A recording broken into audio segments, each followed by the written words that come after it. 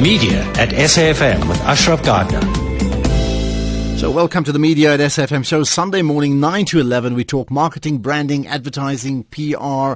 Have I left anything else out? The media issues, of course, all of that coming up. Anytime you wish to call in, you can do so to 0891104207, 0891104207. Please do so with pleasure. Right, let's get to the issues then. So celebrity endorsements, we've discussed it to a degree in the past, but we're wondering whether it really does work or not. Meaning, does it have the necessary return on investment for a marketer when he or she ropes in a celebrity to endorse a specific product or not? So two guests to talk us through all of that. Tebe Kalafeng, the CEO of Brand Leadership. Tebe, good morning. Thanks for your time.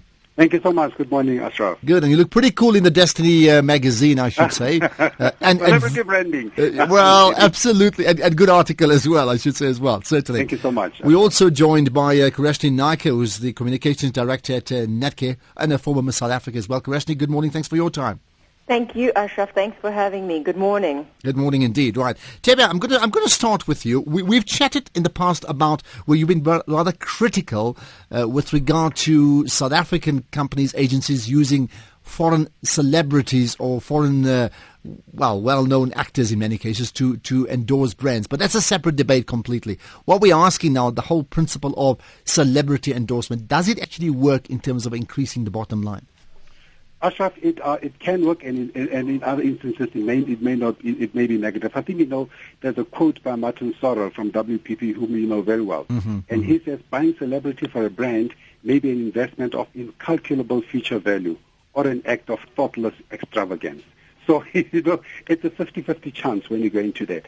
If you look at Nike, for example, Tiger Woods literally created the Nike golf category. Michael Jordan literally created the Nike basketball category. So in those instances, yes, it can happen. And of course, the opposite is also true. Now, you were part of Nike South Africa, just at the time where they sort of made it big in this country. What is then the policy of Nike with regard to local South African celebrities? I'm talking of sportsmen. Well, we follow the same principles that are important in celebrity branding. I mean, in South Africa, we used the Springboks to lead the Nike South Africa brand. And if you remember, at that time, they just won the 1995 World Cup. So it was a very good fit where the brand is a winning brand with a winning team. So it worked very well. It helped to establish Nike in South Africa. It helped to establish the Nike rugby and apparel category in South Africa. So it worked very well there from a commercial perspective as well. Matter of fact, I think if I remember very well, at one stage, the Nike Springbok apparel was worth 30% of the apparel business. So that's how strong the brand was. And any associations with Nike were linked to the Springboks at the time. And of course, we went on to sign Kaizer Chiefs as another winning brand. Indeed, right. Let's bring in Kareshni Naika. What are your thoughts on celebrity endorsement, Kareshni? Ashraf, I agree with Tebe to a certain extent with regards to it being 50-50, because yes, it could work for you or rather against you. Against you because you have to wonder about the celebrity that you're taking on, because I think a lot of it has to do with the matching and a compatibility of values as well as ethics. Because so often we take on celebrities, and sometimes it could be overrated because celebrities could be looking for publicity or simply monetary gain. And I think if the values and ethics of both parties are not closely aligned, then you could find yourself in a predicament. And I simply feel that where we are today, given what's happened in South Africa with celebrity endorsements, I think it speaks for itself, because so often we've had celebrities endorse products, whether it is endorsing a charity as well. Do they come in purely to get publicity, or do they actually support the initiative by way of fundraising or creating awareness, etc., etc.? Maybe they just rewind. I'm not too sure whether Netcare would want to have celebrities endorsing them when they actually go to hospitals or clinics of that sort. But certainly when you were a Miss South Africa, I would assume then there were lots of approaches. What was your approach at the time? Well, I definitely adopted a very different approach, to the effect that I am passionate about values and ethics and principles, and I stand by them strongly, because I believe that without that you actually don't have much. I've been asked over and over again to endorse hair care products, much of whom I've said no to, purely because I haven't used these products. I'm not into using chemicals in my hair. I've been using Paul Mitchell for the last 9 years, and yes, I advocate the use of Paul Mitchell because it's organic and because it's worked for my hair. But I'm not doing it because there's any monetary attachment to it, because there's any publicity. I think people don't even know that I support Paul Mitchell, and there isn't any exchange of trade or money as such. So, yes, I've been asked over and over again by retail stores as well, and very often you'll find that retail stores to date have celebrities at their till points. And you ask yourself, do you support this? And if you do, is there going to be longevity and loyalty? Because if there isn't, suddenly you have the fellow competitor asking you to endorse a brand, and that's what you're doing. And celebrities have done it in this country. So you have to ask yourself as well, how do you define a celebrity? And what are you looking for exactly? Are you just merely wanting mass support? Or does the value of your brand, dominate that? Tebe, your thoughts on whether you want to call a person a celebrity or not. Let's take your feature on the cover to this week in the Destiny Man magazine. It's a good example of that. I often buy the magazine, but the fact that it featured you and it had an article about you meant even if I thought of ignoring it, I would certainly buy it. So they're clearly using someone like yourself, for example. It may not be an endorsement, but it's certainly using you to get to me to buy the magazine. Now, some may say, what is wrong with that? I mean, that's what all good marketers do anyway.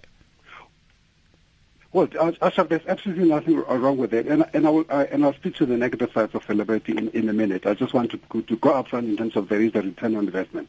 I originally started to talk to the idea, and just on Destiny Man, just for out of interest. Last month, the previous month, they had DJ Fresh. It was their best-selling issue ever. DJ Fresh has got almost 200,000 followers on Twitter, or more than that. Well-known and all those. So those attributes do help to push the brand. Karina started to talk about it. I've got a very simple methodology on how I look at it, and I call it my 4 A's. And the first A is there what associations do you build between yourself and between that of that celebrity? When you see that celebrity, what attributes do you attribute to them, if you will? And then second, what is the association between your brand and the brand that you are endorsing? The other important thing is that do people know this person? Is there an awareness of this person?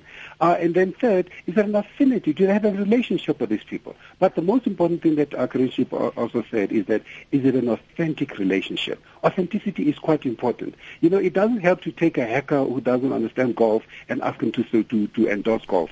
But it does help if Tiger Woods does use your product and the product does work for them. So of course, everything that you do has to be for the benefit of the business, has to be for the benefit of the brand, but there must be for the benefit of the person as well. Because if it doesn't work well for that person, it spectacularly can also have negative impact on the person who's endorsing, not just the person, not just the entity that's being endorsed. Well, I tell you what, I'll take one or two calls on this issue. So if you wish to join the conversation, do that short and sharp. 0891 104 207, 0891 104 207. We're asking the question, do celebrity endorsements really work? Meaning, do they impact very positively on the bottom line? Do you get your return on investment, or is it simply a case of all vanity and not much else? Two guests to talk us through all of that. Tebe Kalafeng, you've heard the Voice CEO of Brand Leadership, and Kareshni Naka, currently Communications Director at Netcare, former Miss South Africa. Kareshni, I think you and Tebe both agree on the 50-50 aspect. Give us maybe some anecdotes that you may wish to share about examples, not just with yourself, but anybody else, or where you see the celebrity endorsement and the synergy so good that it actually does work. I've got to agree with Tebe on the international celebrity usage. So whether you're looking along the lines of Tiger Woods and Nike, yes, for sure, that has worked incredibly well. Whether it is Pierce Brosnan and Omega, that has been around for many, many years, and I think that has worked well as well. So on an international scale, I do believe that it has worked. With respect to South Africa, I don't want to mention names of celebrities because they happen to be friends and associates of mine. All right. But you are skeptical without mentioning names then? Yeah, no, sure. When you think about the use of couples, very often we've had couples endorse products in South Africa, and not just one product, but several products at a time, because these couples were commanding the attention of the public. Where are those couples today? It's sad, yet it's true. Those couples aren't together anymore, but yet they've endorsed many a brand, and one has to wonder if it has been an authentic relationship. There has to be true belief and support of a product. You know, that it's got to be something where you would support it irrespective of whether you're being paid for it or not. I, just personally and intrinsically, I wouldn't feel okay with myself if I were to falsely endorse a brand. Have you endorsed brands in the past? I can't recollect, and what has happened out of that endorsement? No, absolutely. You see, so this is exactly why. There was a skincare product that I did endorse back in the day more than a decade ago, but it was something that I was involved in the production of on a pharmaceutical scale. So yes, I did endorse it because it was one of mine, and it was, formulated in preparation with a few others. And when I lived abroad, I found that the formulation had been changed. And, of course, I relinquished that endorsement very quickly because the formulation was changed without my knowledge to target mass market. So the products were being retailed at a much cheaper price. And so, no, I have, to date, well, yes, I do endorse a couple of brands. But again, it's not for any monetary benefit. I love True Religion jeans. I've been wearing them for more than a decade. And yes, I support the brand strongly. Optify is a brand that I use. It's for, facial products, but for very different reasons. And I don't want to get free brand exposure here. Excuse my transparency. But, but it's what we do. I mean, this show is all about brands, so please throw the names out. It's fine. Thank you. So Optify, they have a protecting revitalizer which replenishes antioxidants to the skin and protects your skin against free radicals and sun damage.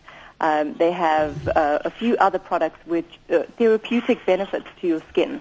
So yes, I support that brand quite strongly. And then Paul Mitchell, of course, because it's a brand that has worked for my hair, and it's very important, the texture and condition of my hair. And I'm not one that needs to, I don't feel that I need to change my look often, and I've got a team of people at Twin Care International as well as at Paul Mitchell who support that, the texture and condition is of utmost importance, and who engage in dialogue with me, and I do appreciate and prefer that. So Foyle down in Greyston is the hair salon that take care of my hair, and Stoffel is just amazing, the gentleman who owns the salon. It's certainly, yes, those are the brands I do support. It certainly works for you. By the way, we talk about Bidobine in the next few moments, so just stay tuned for that one there. Tebby, your thoughts then on, you made the point about DJ Fresh. So clearly the Destiny Man magazine with DJ Fresh on the cover is a good example of a man that, I'm talking of DJ Fresh, at the top of his game with a huge following. But there's also the flip side, and Kareshni made the point about Tiger Woods. I mean, Tiger Woods now is not the Tiger Woods of last year. Is that problematic where there's a fickleness about their own careers, and there's a moment in time when whatever they touch is gold, but there are other times when it's not gold or not sold. There's a problem. Tebbe, your thoughts on that in terms of then how marketers should approach the issue of possible celebrity endorsement? I will frame that with two comments. The first one is the Warren Buffett quote, who said, "It takes 20 years to build a reputation and only 5 minutes to destroy it."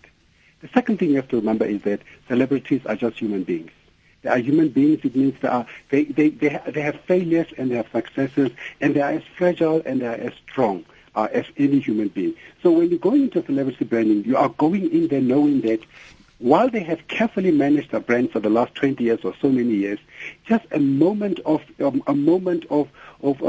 lapse in whatever attention could destroy their brand. And Tiger Woods would be a good example in that instance. Where the day that I think the first week or month when Tiger Woods scandal erupted, the market valuation of companies which are linked to him dropped by 12%. So that goes to show you how a celebrity can affect not just Not only has he created the Nike business, he has created for the golf business, he has impacted many other brands, whether it's Gillette or whether it's Rolex or Tag Heuer in this instance. But the opposite also has happened. And we know we know even in South Africa how perhaps that has happened in one or two instances. I would say, Tebe, sorry to interject, that clearly from a marketer point of view, all you really want, leaving aside the vanity, you want that brand, that celebrity connecting to your brand to increase your bottom line. That's got to be the primary reason, not any other factor. I mean, are there examples for you in this country where it's worked very, very well? Some suggesting that Joanne Strauss, I've chatted to her often about her Lux endorsement. Some say that certainly has worked. Your thoughts on that and many others, Tebe? Well, I think you know, if you look at in the South African instance, there's many places. I'm trying to remember what Lillian Dube endorses, the financial services product that she endorsed. But you can't remember. I can't remember the name now. It escapes me.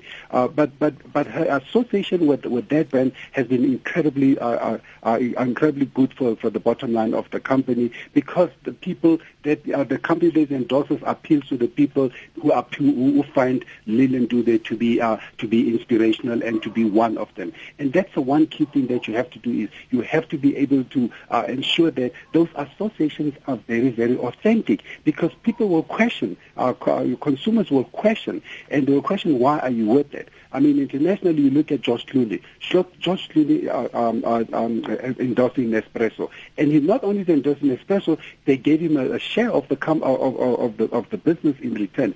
And Nespresso now is all over an international brand because of the positive associations. You look at Mariah Carey has just given birth, and she lost 14 kilograms, and she says, I lost it on the Jenny or eating Jenny food. And Jenny people says, geez, we must get her to endorse our product because it has worked well. Worked well for us. The opposite can work in South Africa as well. If you look at US Van der Westhuizen, who is an icon, I mean, a good friend to many of us, and an icon in rugby, just that one scandal completely destroyed his reputation, completely destroyed his marketability. People did not want to be associated with him. DSTV immediately sacked him. So that, because DSTV's, if you recall at the time, DSTV says what has happened is not in line with the values of our business, and as a result, we do not want to be with them. You look at Nonhle Tema, who's got another almost 100,000 followers on Twitter. Just her online behavior, many people say, is one of the reasons that perhaps she has lost some of the sponsorships that she has, because the brands do not want to be associated with any brand that defames or that reduces the equity of their brands. Yeah. Kareshni, your thoughts then on where the trend is going? Is the trend, I mean, there appears to be sufficient examples where the celebrity endorsement factor does work for certain brands, and in other cases, of course, not. But do you get a sense that the trend is that it will still remain that strong, although one has to be vigilant about getting the synergies right? Absolutely. I must admit, though, whilst I heard Tebe at the outset, I can no longer hear him, so unfortunately I'm unable to comment on what he has said. But I do believe that, yes, it could work for a brand. What I did hear Tebe mention was the fact that celebrities are human, and, of course, like life, it's dialectical, so things can go either way. And, there is strong room for error as well. But I think that the same applies to brands and to companies, because whilst there is reputation at stake of a celebrity, the same for a brand or a company. And the reason I say that is because when one is going to align with a brand, one would want, or I would assume that one would want to know as much about that brand as possible. When I was asked to join Netcare, or when I got roped into the recruitment process of communications director at Netcare, it was very concerning for me, because I had to wonder what were the values of the company, what were they involved in, and do I advocate everything that they've been supporting over the years. And the good feature is the fact that I've known them for many years and have had a very close relationship with them through my board membership at the Vodacom Foundation, because there's strong alignments in terms of CSI initiatives with both companies. And so, yes, I was able to assess the brand and strongly support all that they do, because it is a company that has a very strong undercurrent of altruism. And for me, that's of utmost importance. So I just feel that the work we do is so fulfilling and rewarding, and there's so much of it which is not heard of by the public. So in terms of, aligning yourself with a company, well, for me, from the other end of the stick, which is, I guess, from the point of being a public persona, I would want to know more about the brand. But to come back to trends and where we're going, absolutely, it's something that it could work extremely well. But if there is strong alignment of values between both parties. There has to be. And, I think that is something that you need to look into. And also the possibility of it being long-term. Of course, you want to ensure that it does affect your bottom line positively. And you do want to assess that from time to time. But in assessing it, I would assume and hope that there would be long-term objectives to the partnership. To do just that. And it has to be mutually beneficial at the end of the day. Okay, Kareshni, before I let you go, well, both of you, in fact, just quick one to you.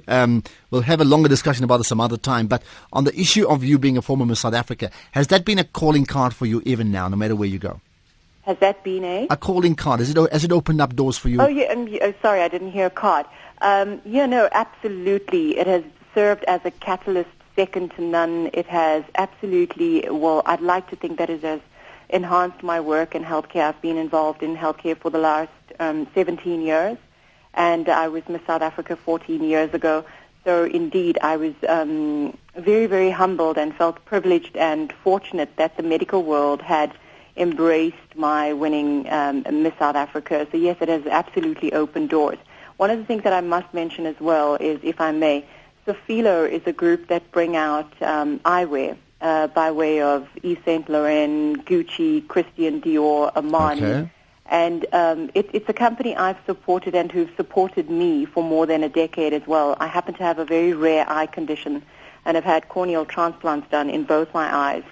And their eyewear certainly works for me. I just thought that I must mention that because, again, I don't think it does much for their bottom line, but we've just had a very good and professional as well as sincere relationship over the years. Okay, that's where we're going to leave it to Kareshni Naika. Thanks so much for your time. Kareshni, the Communications Director at Netcare, and Tebe Kalafang, CEO of Brand Leadership. Tebe, thanks for your time, and we certainly get everybody to read the article about you in the Destiny Man magazine. Thank you so much. Tebe and Kareshni. Tebe and Kareshni.